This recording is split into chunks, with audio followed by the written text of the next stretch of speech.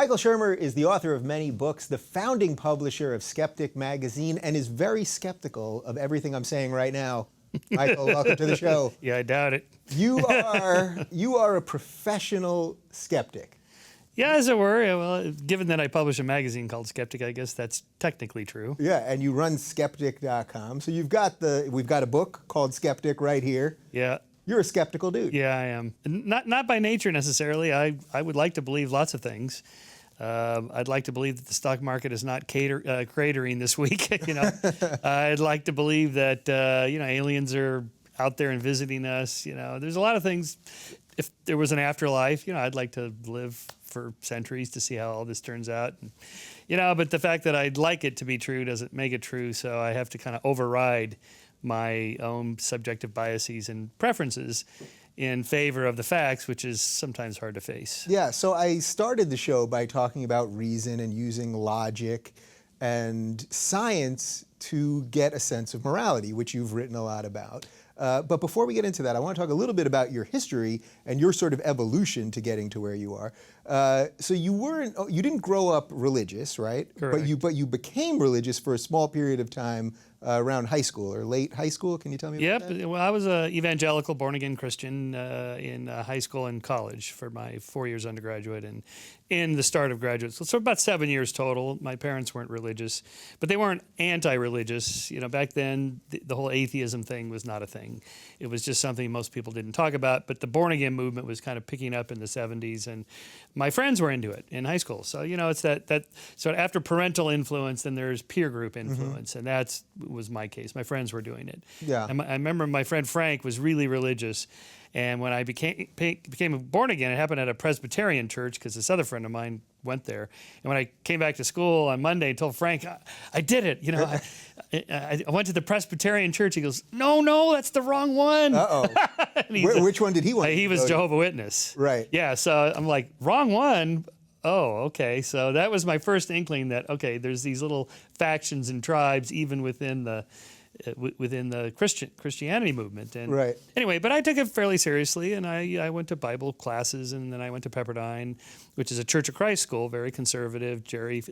President Ford came to speak, and it was in a bubble where everybody believed. And when you're in the bubble psychologically, it makes sense. It's logically coherent. It's internally consistent, and everything falls into place. And it's not really until you're out of the bubble and you encounter other worldviews that you think, maybe mine's not so solid as I thought. And that was how I kind of chipped away at it later. Right. So what kind of stuff were you questioning before you got into the bubble that led you to jumping in and becoming born again? And actually, before I let you answer that, when you're born again, I always think of born again as someone that's left the religion and come back, and that's why they're born again. Oh, no. Born again just means you're born physically, and then you're born again when you accept Jesus as your Savior. Right. It's sort of you start life anew. And you get eternal life because you've accepted Jesus. So that's what they mean by born again. Yeah. And evangelical, they mean you were supposed to evangelize. So this is why evangelicals are always talking to people about Jesus, where they hold up the placards at sporting events, John 3:16, for God so loved the world he gave his only begotten son for you. And they wear the black face in football with the John 3:16. Yeah. Right. And then they thank God after they win. Yes. So the idea is that you wear it on your sleeve. You're the shining beacon on the hill. You do not hide your faith underneath a bushel basket. You tell people about it. And in a way, you kind of have a moral obligation to do so, because if you know that this is the way, the truth, and the light, and you get eternity for this person's soul, you really have to tell them about it. They're missing out.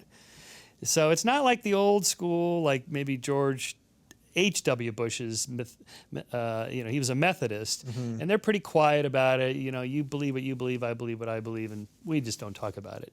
Right. Evangelicals are not like that. They're more like George W. Bush. You tell people, Jesus was my favorite philosopher, and I'm a born again, and you witness to people. Yeah. Literally going door to door, and I did that.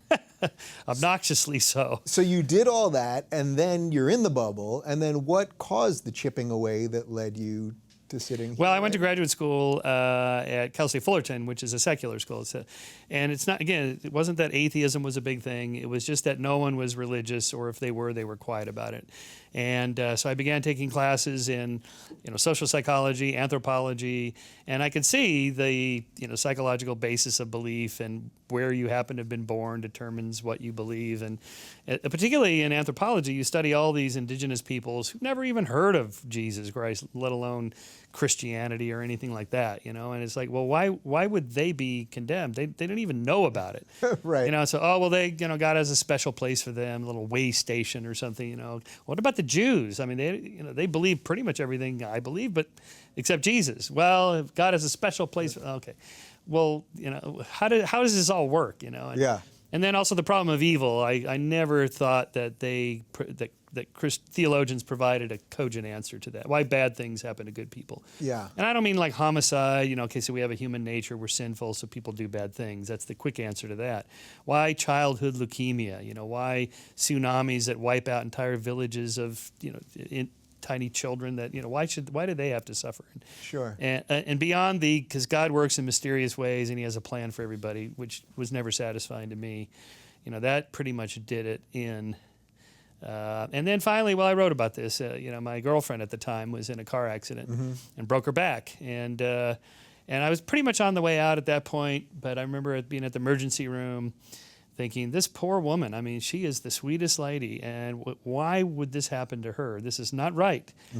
So I sort of made one last ditch effort and prayed, and it's not that this was the big test, and if it fails, then I won't believe. It's just like, what? Of course, she's still paralyzed today. It's like, okay, I just don't think there's anybody up there pulling the strings. Yeah. So why do you think so many people are just afraid to say, I don't know?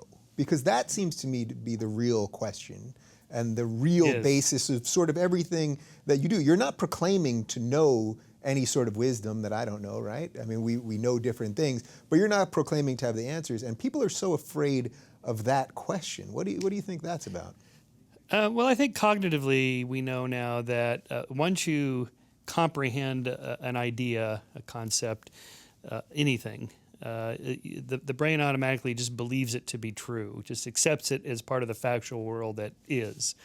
And then being skeptical of it, or saying, I don't know, or I'm not sure, or I challenge this, is an extra cognitive load. You can do it, lots of people do. So think of the difference between type 1 and type 2 thinking. Type 1 cognition is rapid, intuitive, instinctive, emotional. Type 2 thinking is deliberate, slow, methodical, rational. And most of our thought processes that we initiate are type 1. We just kind of have a feeling about things, gut instinct, go about the world. And type 2 requires, okay, wait, let me stop and think about this. Maybe I shouldn't make that investment. Maybe I better not marry this person. Maybe I shouldn't buy that company. Whatever it is, that requires additional steps. So it's an extra cognitive load. It's uncomfortable. It takes time. Anyway, and that's true with religious beliefs. I think, it just feels like, the earth is the center of everything. We're the center of creation. God's here for me. It just, everything that happens for a reason. It just kind of feels right. So it's really just, it's just as simple as comfort, really, is what comfort, you're saying. yes, It's just like there is some stuff out there that I don't understand, and I better just pick this belief because then I don't have to spend that much mental energy on it. Right. It's almost like, creationist arguments or arguments with people about, who built the pyramids or whatever. It's just, well, God did it or the aliens did it. And then for me to deconstruct the whole thing, like in a debate or on a TV show, I have to go through, well, how do you know it happened? Right. You got 15 minutes to explain natural selection or, whatever. It's just easier to go, oh, God did it.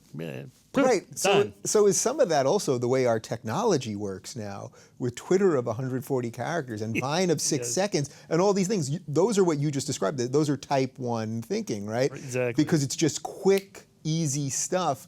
And this, I guess, is type 2, where we're actually going in and out of an idea. But in a way, it would be really hard for type 2 to ever win the great debate, right? You just don't have time. It does win, but it takes time, and it's deliberate, and it takes effort.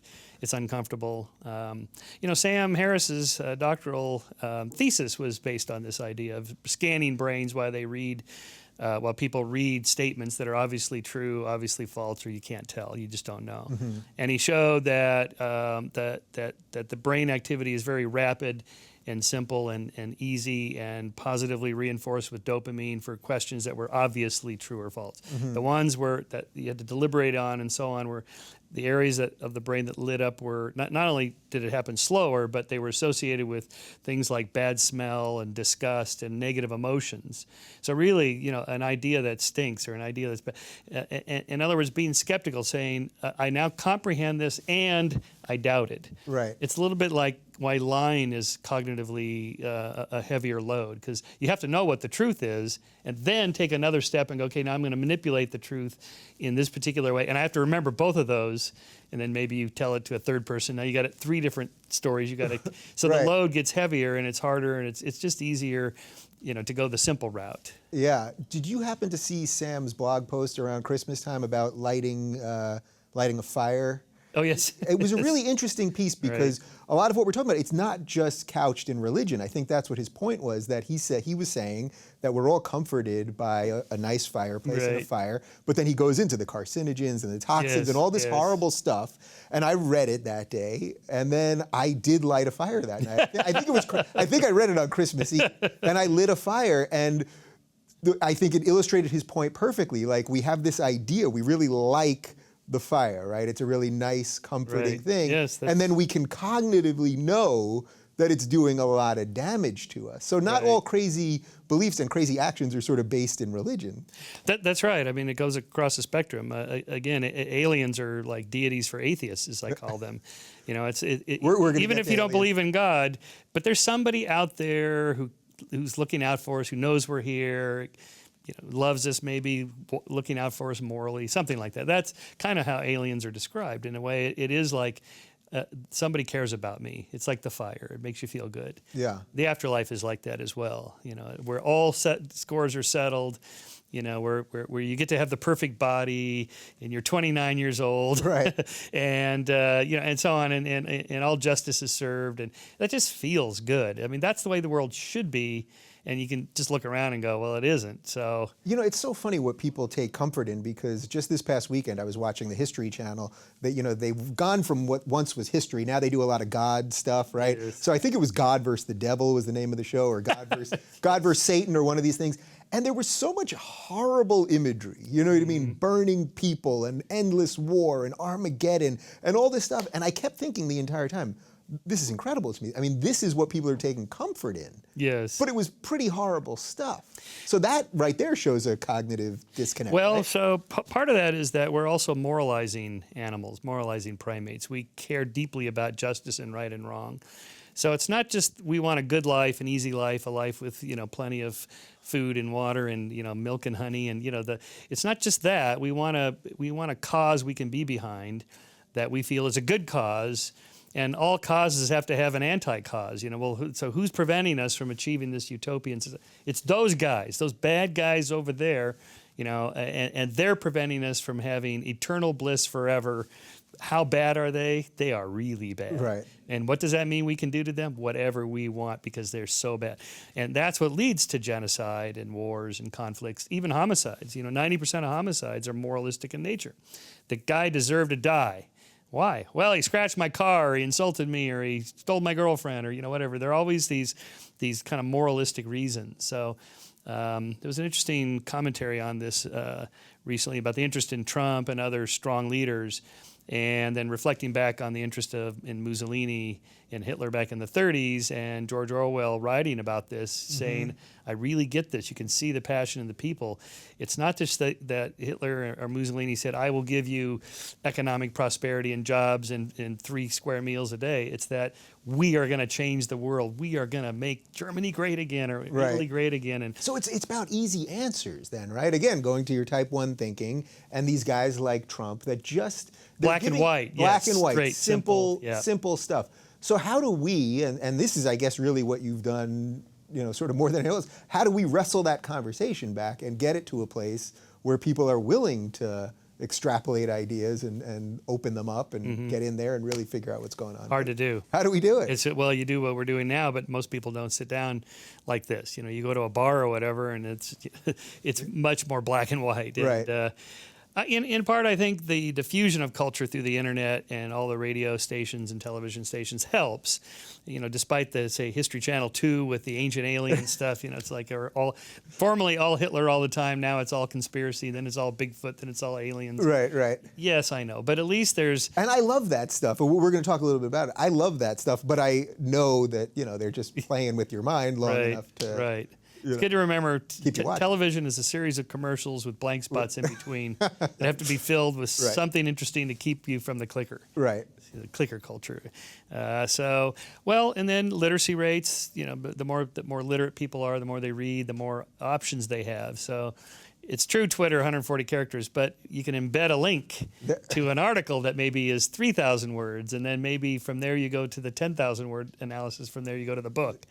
And so, anyway, as a book author, I like to think, maybe I'm delusional here, that people still like to read long books, I hope. Yeah. and move from the Twitter to Facebook. Listen, I hope so too. That's why I'm doing this. I mean, that's exactly why I'm doing this.